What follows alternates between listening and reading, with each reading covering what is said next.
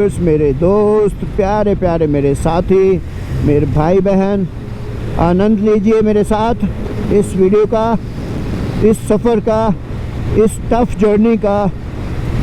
और मुझे खुशी होगी कि मेरे जितने भी सफ़र हैं, जितने भी मैं कर रहा हूँ और बचे हुए हैं, गॉड नोज़, उनमें मैं पूरे अपने जर्नी में, पूरे अपने एक्सपीरियंसेस को शेयर करने में जो मैं आपके साथ इंफॉर्मेशन साझा करूंगा, उससे अगर एक भी व्यक्ति इंस्पायर हो जाए और उसकी ज़िंदगी में एडवेंचरिज्म आ जाए, यानी कि बाइक के साथ सफ़र करना, वो वाला एडवेंचर। देखिए दोस्तों, ऐसा नहीं है कि कार में अगर आप आते हैं या फिर आप साइकिल पे आते हैं या पैदल आते हैं, उसका एडवेंचर कम है, या मैं आंक नहीं रहा हूँ, मैं आंकना चाहता भी नहीं, और वो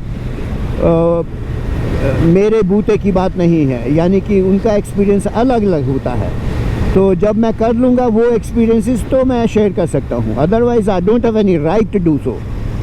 तो मैं कहना ये चाहता हूँ, क्योंकि बाइक के ऊपर जब आप एडवेंचर करते हैं, ये सफ़र करते हैं, ये जर्नीज़ करते हैं, टफ़ जर्नीज़, तो बहुत सी चीज़ें आती हैं, बहुत सी चीज़ें आती हैं। साइकिल से आप गिरोगे, आपको हो सकता है ज़्यादा आपको परेशानी का सामना ना करना पड़े।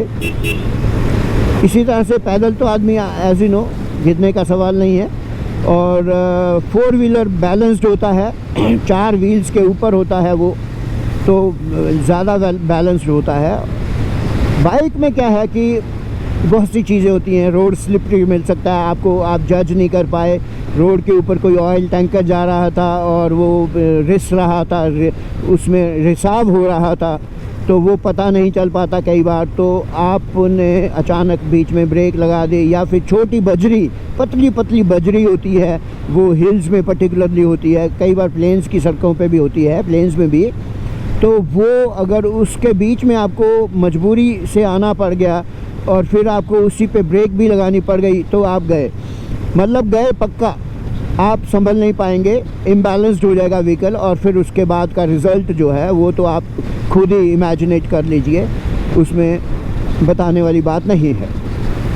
तो इसलिए मैं इसको बहुत बढ़िया किस्म का एडवेंचर मानता हूँ, और मैं चाहता हूँ एक आदमी मेरे पूरे लाइफ में अगर इंस्पायर हो जाता है मेरे एक्सपीरियंसेस को देखकर, पढ़कर, सुनकर, तो बस काफ़ी है मेरा। और मेरा ये सारा सफ़र मेरा पूरा वसूल हो जाएगा, जिसे कहते हैं ना पैसा वसूल, वो मेरा सार्थक हो जाएगा, बिल्कुल सार्थक हो जाएगा। और बाकी देखिए, मैं तो आनंद ले ही रहा हूँ पूरे अपने जर्नीज़ का। आप भी मेरे साथ शेयर कर रहे हैं, मेरे वीडियोस को एंजॉय कर रहे हैं, तो आप भी आनंद ले रहे हैं। ये देखिए कौन सा होटल है, जस्ट आगे कुछ लिखा हुआ है, जस्ट का पता नहीं क्या, तो अच्छा होटल लग रहा था।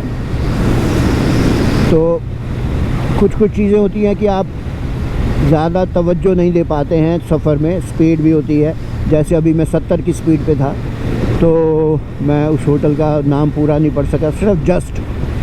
तो देखिए उसका इतना इम्पोर्टेंट भी नहीं था कि मैं पढ़ता। तो यहाँ पर देखिए ये मिलिट्री का कन्वॉय है, आर्मी का कन्वॉय है, पूरा एक रो लगा हुआ है, और ये लोग चलेंगे तो इकट्ठा चलेंगे। अभी तो देखिए कितना मैं कहूँ, 20 या 100 के हिसाब से पीछे भी था, और यहाँ पर भी करीब 50-60 के आसपास ट्रक होंगे। आगे ऑफिसर्स की जीप उनको लीड कर रही है, ये देखिए, और ये अब जम्मू की तरफ बढ़ेंगे। तो यहाँ पर अभी जम्मू ज़्यादा नहीं है, होगा करीब 25 अब रह गया होगा, पीछे 32 था, तो 5-6 किलोमीटर मैंने ड्राइव कर लिया होगा, तो अब जम्मू जो है 25 है। ये जो कन्वॉय है आर्मी का, ये इकट्ठा चलेगा जम्मू के लिए, और हो सकता है उसके आगे का इनका गोल हो, यानी कि आगे का मैं तो अंदाज़ा लगा के बता रहा हूँ, क्योंकि ये जम्मू की तरफ डायरेक्शन किए हुए हैं, जम्मू की तरफ जा रहे हैं सारे कन्वॉय के सारे ट्रक। तो दोस्तों मैं भी बढ़े जा रहा हूँ आनंद से, मज़े से, प्रफुल्लित, आनंदित, प्रसन्न चित्त, बाग बाग, वाव, हर्षोल्लासित हूँ मैं इस वक्त, एकदम जोश से भरा हुआ हूँ, एनर्जी से भरा हुआ हूँ, आनंद ले रहा हूँ। Every bit of my journey being enjoyed by me. मज़ा आ रहा है दोस्तों। आई विश, भगवान से प्रे करता हूँ कि मेरे साथ नेक्स्ट विज़िट में कोई मेरा खास दोस्त, कोई मेरा साथी जो मेरे साथ मेरे इन एडवेंचरस ट्रिप्स को एंजॉय करता हो और उसकी इच्छा हो, वो मेरे साथ हो और हम एक नई जर्नी प्लान कर रहे हों।